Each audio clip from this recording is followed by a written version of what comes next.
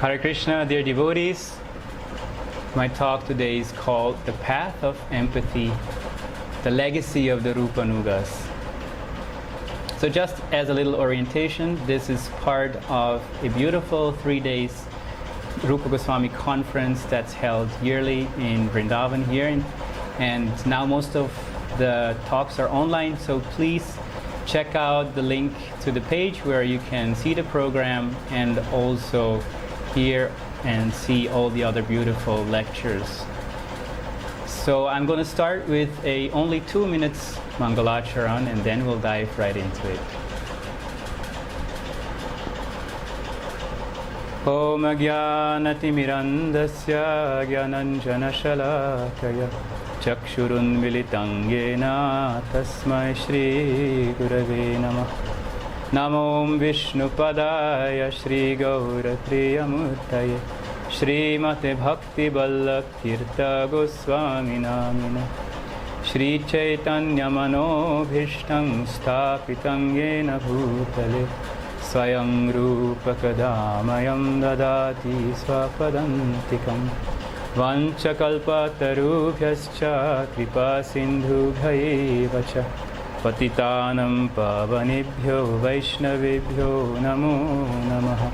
Namo Mahavadanyaya Krishna Prema Pradayate Krishnaya Krishna Chaitanya Namne Gauratishe Namah.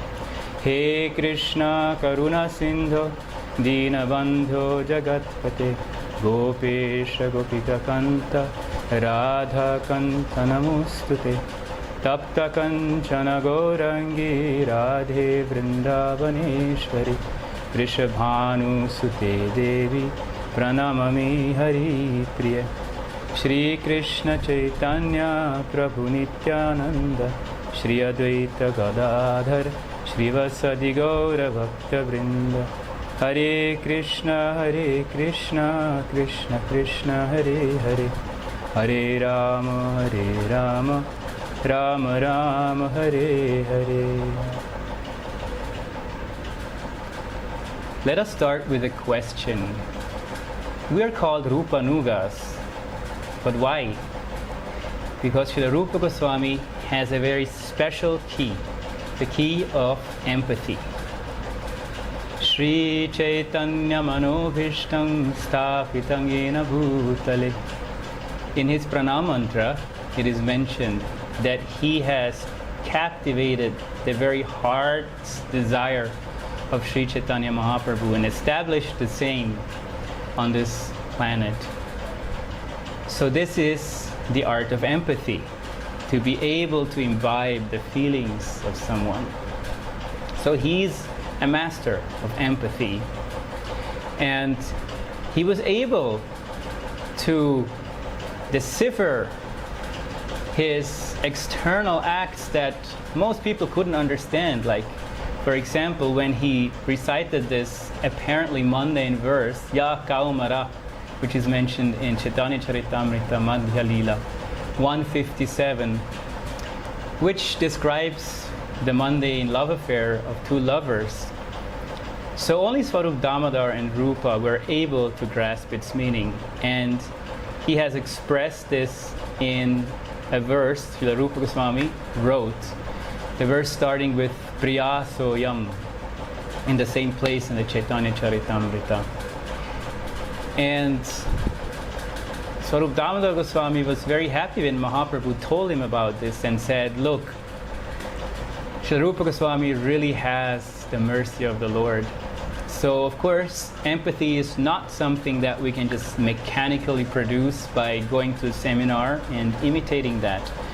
But it comes with the mercy of the Lord, which also comes with seva. But what we often forget, including myself of course, is while we are so busy engaged in service, we forget the inner life of service, the heart of service, and that's that deep absorption, the contemplation, the inner seva of the path of empathy that Srila Rupa Goswami and other wonderful saintly devotees have chalked out for us, such as in Upadeshamrita, for example, here in the 8th verse. Tannama Rupa Charitati Sukirtananu Smrityo Kramina Rasana Manasi Niyojya Tishtan Vraje Tadanuragi Jananugami Kalam Nayeda Kila Mityupadesha Saram. The essence of all advice is that one should utilize one's full time in nicely chanting and remembering the Lord's divine name, transcendental form, qualities, and pastimes, thereby gradually engaging one's tongue and mind. In this way, one should reside in Vrindavan and serve Krishna under the guidance of devotees. One should follow in the footsteps of the Lord's beloved devotees who are deeply attached to his devotional service. So what this means in regards to the art of empathy here is that the essence of advice of Rupa Goswami is to tread the path of empathy with the Vrajavasis through continuous Sankirtan with deep remembrance. So it's an inner path, and this path is also called Antah-panta, the inner road, the inner way, the inner path. And this remembrance is very, very essential. And Srila Rupa Goswami further explains in Bhakti Rasamrita Sindhu 1-2. When the senses emulate the goal of bhakti with the intention to internalize that goal, it is called sadhana. The goal is to manifest eternally perfect bhava bhakti in the heart. So what is sadhana, dear devotees? Yes, it's also cleaning the temple, it's also distributing books and writing books and doing kirtan, etc., etc. But really, definition of sadhana is the intention to internalize the goal, which is eternally perfect bhava bhakti in the heart. So what is that bhava bhakti? Of course, it's the bhava bhakti of the eternal residents of the Vrajavasis, of Vrindavan. So these eternal residents are present, fortunately, on this planet in the form of pure devotees of Radha-Krishna. And we can have sadhu sangha with them. And again, sadhu sangha is not just the eternal aspect, it's really, really the internal aspect. We'll hear a few wonderful quotes later of different acharyas. And for now, I want to remember a beautiful definition of sadhu sangha that my beloved Guru Maharaj, Srila Bhakti Vallabh Tirtha Goswami Maharaj, once said in Bengali. Sadhu sangamane, sadhu chitta vrittir anugaman. So what is sadhu sangha? Sadhu sangha is to follow the innermost heart's desire of a sadhu, chitta vritti. That is real sadhu sangha. You may be far, far away, busy in your everyday life, but if you do that, then you have sadhu sangha in your home, wherever you are. Whereas I may be massaging the lotus feet of my guru, but my heart is somewhere else, that's not sadhu sangha. So it's, again, the art of empathy, to understand the heart's desire of the sadhu, and then to act in synchronicity with those desires. Srila Rupa Goswami, he has defined the 6 loving ways of exchanges between the Vaishnavas. Dadati pratigrihnati guhyamakyati prichati bhunkte bhojayate chaiva sharividhan priti lakshanam. So guhyam akhyati prichati. Guhyam prichati means confidential inquiry. That's one of the 6 ways of sadhu sangha.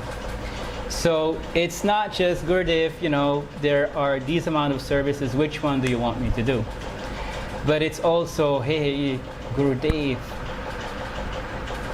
I can't even speak it, and that's okay, you can formulate it in your heart, but I want to know what's really on your heart. What do you really want from me? Yeah. And he will tell you. It's my personal experience in very wondrous, indirect and direct ways, sometimes very mystic ways. He will tell you.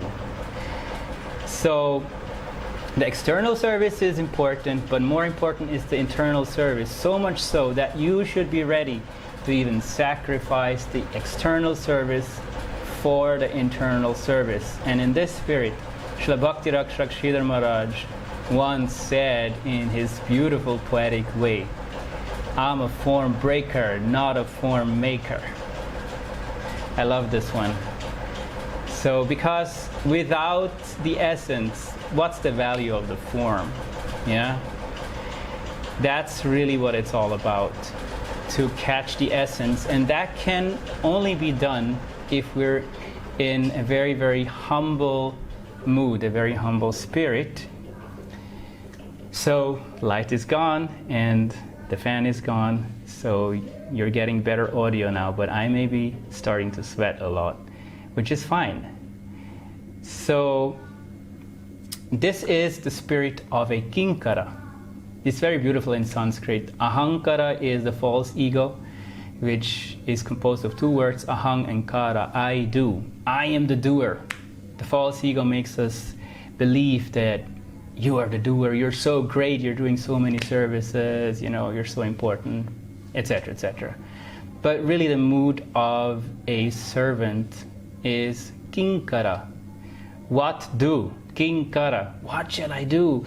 And to know what I should really, really do, in essence, I have to first tread the path of empathy. I have to first know what my beloved Gurudev really, really wants for me. And it goes much deeper than most of us know or are aware of. I'll quote Srila Keshav Goswami Maharaj later on this. He goes very deep in this. Or maybe I should quote this right now. One more thing before I quote him. Srila Bhaktisiddhanta Saraswati Thakur Prabhupada, he used to sign his letters with Vaishnava Kinkara. Very beautiful. So this is the empathic mood that we should be imbibing. Now, to really go to the extreme depth of what imbibing the mood of Guru really means, I want to read from Kriti Ratna. It's a beautiful book that was just published 2 years ago, and you can of course find this online and order it, and it's a gem of a book. And here Srila Bhakti Pragyan Keshav Goswami Maharaj, he goes deep. Okay, this is on page 10. The Guru Sevaka's exclusive duty is to proceed in accordance with what is on Gurudeva's mind. Okay? So, and that's expressed, or sometimes or often not even expressed, because he goes on explaining, to grasp Gurudeva's mind, one will have to identify his deepest independent inner desires and render all sorts of services accordingly. Only those who had the opportunity to flawlessly contemplate his deepest service dispositions during his manifest presence are truly blessed.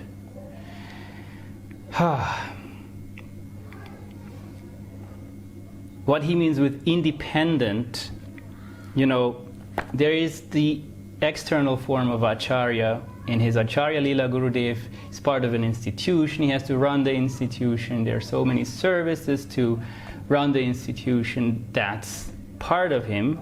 But he is an independent entity, independent of all this external organization. And you have to imbibe his desires that are independent of the externalities, the deepest inner desires. He goes on.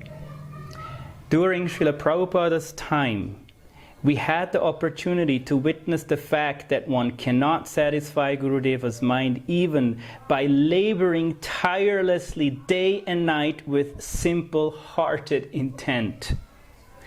Only someone who understands the difference between Sri Gurudeva's internal instructions and his external instructions or his worldly guidance and acts accordingly can attain true auspiciousness. Wow, let this sink in. This is so deep. Yeah, this is so deep. So, I'm struggling to do services even half-heartedly. What to speak of, serving day and night with simple-hearted intent. But even that is not yet enough, to go deeper. We have to empathically, we have to imbibe the innermost desire of Guru with empathy. And that's the only way how we can really get the mercy of Gurudev. I want to speak more, but time is short.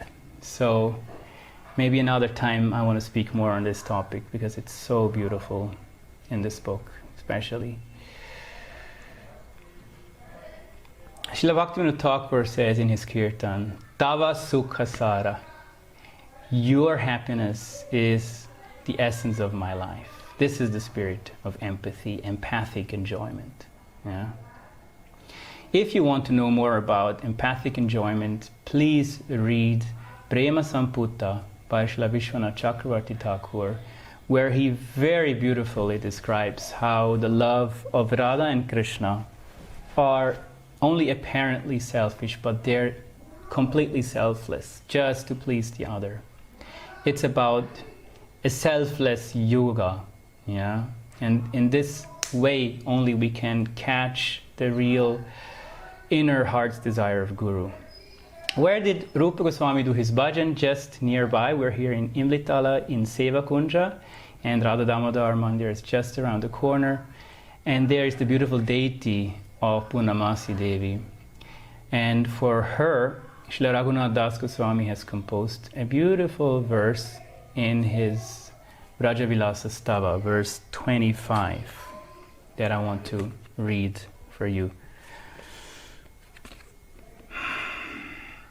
Gudhang tat subidhakta tarachita sakhi dvaro nayanti tayo premna sushtu vidagdhayo ranudinam manabhisarutsavam radha madhavayo sukhamritarasam yaivopabhunkte Muhur goshthe bhavya vidhayaning bhagavating tang paurnamasing bhaje. So here the relevant part is, I worship noble and auspicious Purnamasi, who at every moment enjoys relishing the nectarian rasa of the happiness of Radha Madhava. So this again, dear devotees, is empathic enjoyment, empathic relish, the path of empathy. Then, of course, we know of the beautiful verses in Chaitanya Charitamrita. This is in Madhya 209, where the love of the Sakhis is described, which is also perfectly empathic. And let us go through this as well. Radha Rasvarupa Krishna Prema Kalpalata Sakhi Gana Hoya Tara Pallava Pushpapata. By nature, Srimati Radharani is just like a creeper of love of Godhead, and the gopis are the twigs, flowers, leaves of that creeper. The next verse says, when the nectar of Krishna's pastimes is sprinkled on that creeper, the happiness derived by the twigs, flowers, and leaves is 10 million times greater than that derived by the creeper itself. So, really, if you want to enjoy, and we all do by nature, according to Shastra, we're Anandamayi by nature, we're full of Ananda. Our very innermost nature is that of Ananda, of permanent, transcendental, ecstatic bliss. So it's a question of how much we can discover that. And here it's very clearly said, if we become attached to those who are in the very, very personal service of Srimati Radharani, then we can empathically get that pleasure, because we're not made for such bliss. Some sadhus have also explained that. I remember that if I, in this immature state of body and mind, would get Krishna Prem right now, it would be like a million voltage going through my body. I would die on the spot because I'm not mature enough. But, and here's the wonderful thing, through empathy we can have part in that bliss. And empathic bliss, by nature, as mentioned here, is even 10 millions greater than that derived by the creeper itself, which is a very bold statement, because that creeper of love of God is no one else but Radharani. So she is the very embodiment of love. So imagine what ecstasy that actually is. And because, of course, the pure devotees, they only want the happiness of Radha and Krishna, so they imbibe their moods and they are automatically getting their happiness as well. So, the same can also be applied to your meditation or contemplation of Krishna and his pastimes. What is Krishna consciousness? It is to lovingly serve Krishna at every step. But again, there's external and internal aspects of that. We shouldn't forget the internal ones. We should have empathy with Krishna also. Yeah, through, of course, imbibing the moods of the pure devotees. And if we are sincere in that, then our meditation goes deeper. Yeah, because that will lead to who Krishna really is. And here in Imlitala, Krishna became Gaur Hari. He became Gaur, he became golden, because he himself took on an empathic form. He became the golden Krishna by imbibing the moods of Radharani with empathy, thus fulfilling his three innermost desires. And that's the happy Krishna. So Chaitanya Mahaprabhu is the happy Krishna. So if you go deeper in your Krishna consciousness, you come to Gaura consciousness automatically by the mercy of Guru and Gauranga. And then when you contemplate Gaura consciousness, by the way, Jagannath is also the same consciousness in a different way, but it's very, very closely related, because it's also Krishna in empathy with the Vrajavasis and realizing the moods and the love of the Vrajavasi. That's the same tattva. So if you then go deeper from Gaura consciousness and or Jagannath consciousness, go deeper, then of course you come to Radha consciousness, because what is Krishna contemplating in his form of Gaura? It's mostly Radharani's mood and all the Vrajavasis. So then Radha consciousness, again, how do we contemplate her? She expands into Ashtasakis and Mandris, etc., etc. So then, it goes into Lalita consciousness and Rupa consciousness, and of course all the Acharyas. So this is also a very beautiful meditation, and Rupa consciousness, of course, gives us the proper entry into this mystery. So I'll end just with a beautiful pastime that my Guru Maharaj performed for our benefit, eternal benefit. So he used to always tell me, you can divulge, you can open your heart to me. And the fan is back. So this over a period of more than a month, and when I finally opened my heart more and more to Guru Maharaj, then he tested me further. And on one day, I was supposed to be sent with my godbrother Muni Maharaj to America to bring Japamalas that Guru Maharaj chanted on to the devotees in Venezuela.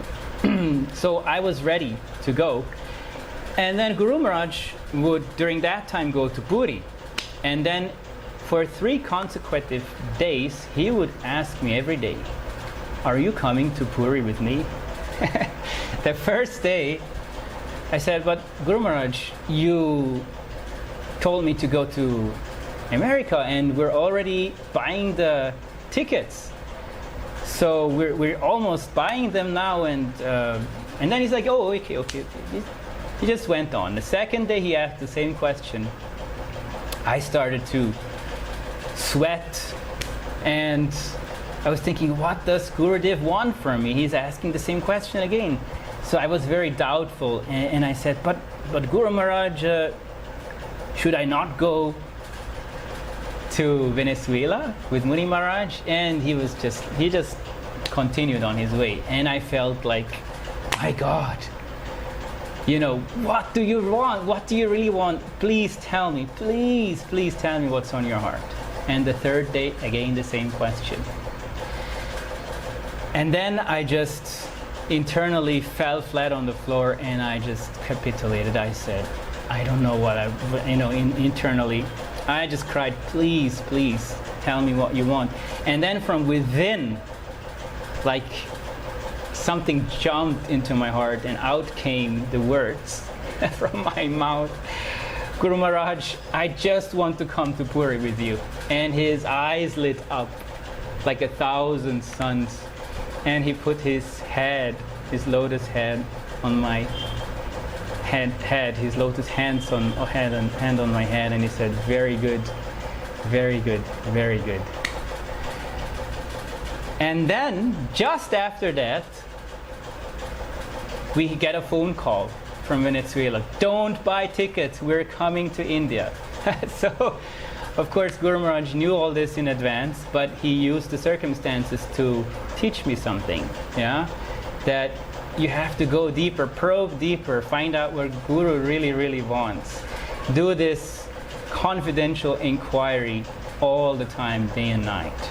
Open your heart to Guru, but also inquire, cry in your heart, to imbibe the essence. That was a little practice, an exercise. Of course, there are much deeper topics, and that should be applied. The path of empathy should be applied to everything, also the deeper topics. Due to time constraint, I'm unable to go deeper into these topics here, but I will do so in my upcoming books, and I'm planning to do videos also. So please check out the website nectarpot.com/empathy, and we will continue there. And please also hear the other lectures on Rupa Goswami conference. Vancha kalpatarubhyascha kripa sindhubhya eva cha patitanam pavanibhyo vaishnavibhyo namo namaha. Srila Rupa Goswami Pada Ki Jai.